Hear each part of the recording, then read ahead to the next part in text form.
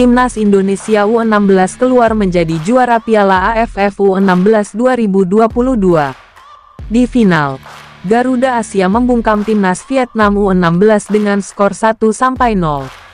Bertanding di Stadion Maguwo Harjo, Sleman, Yogyakarta, Jumat tanggal 12 Agustus tahun 2022, Indonesia tampil apik sepanjang 90 menit.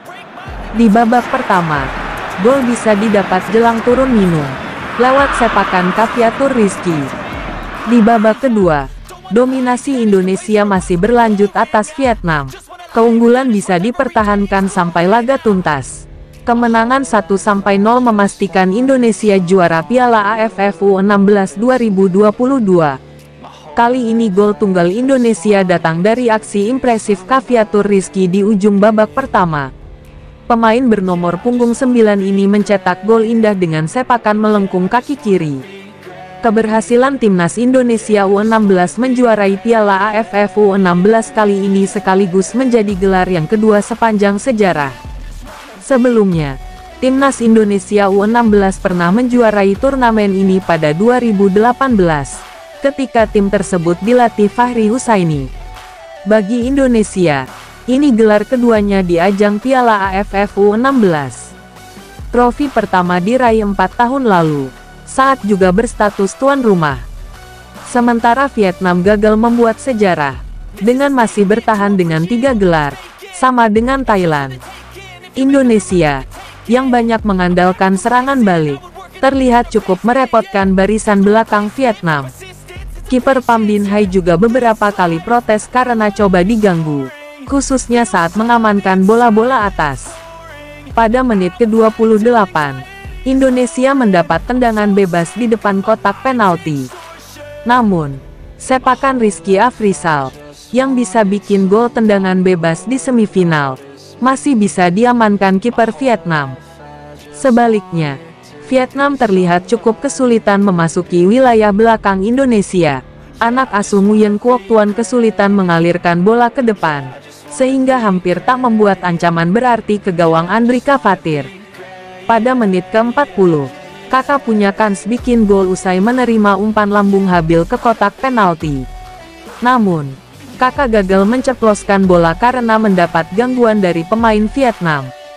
Jelang istirahat, Indonesia akhirnya bisa mencuri gol.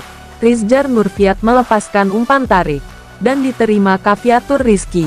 Dengan sekali gocekan, Caviatur bisa melepaskan sepakan kaki kiri, dan mengirim bola masuk ke gawang Vietnam. Indonesia unggul 1-0 saat jeda. Pada babak kedua, Indonesia masih menyulitkan Vietnam. KKDKK bisa bertahan dengan tangguh, sambil melancarkan serangan balik yang cukup efektif. Pada menit ke-50, Vietnam, yang kesulitan menembus kotak penalti Indonesia, mencoba peruntungan dari jauh.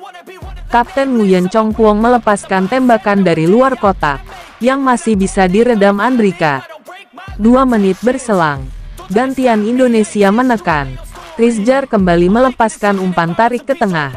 Namun 2 pemain Indonesia yang bebas gagal menyambutnya di depan gawang Vietnam. Di menit ke-60, Indonesia banyak menekan Vietnam lewat permainan di depan kotak penalti.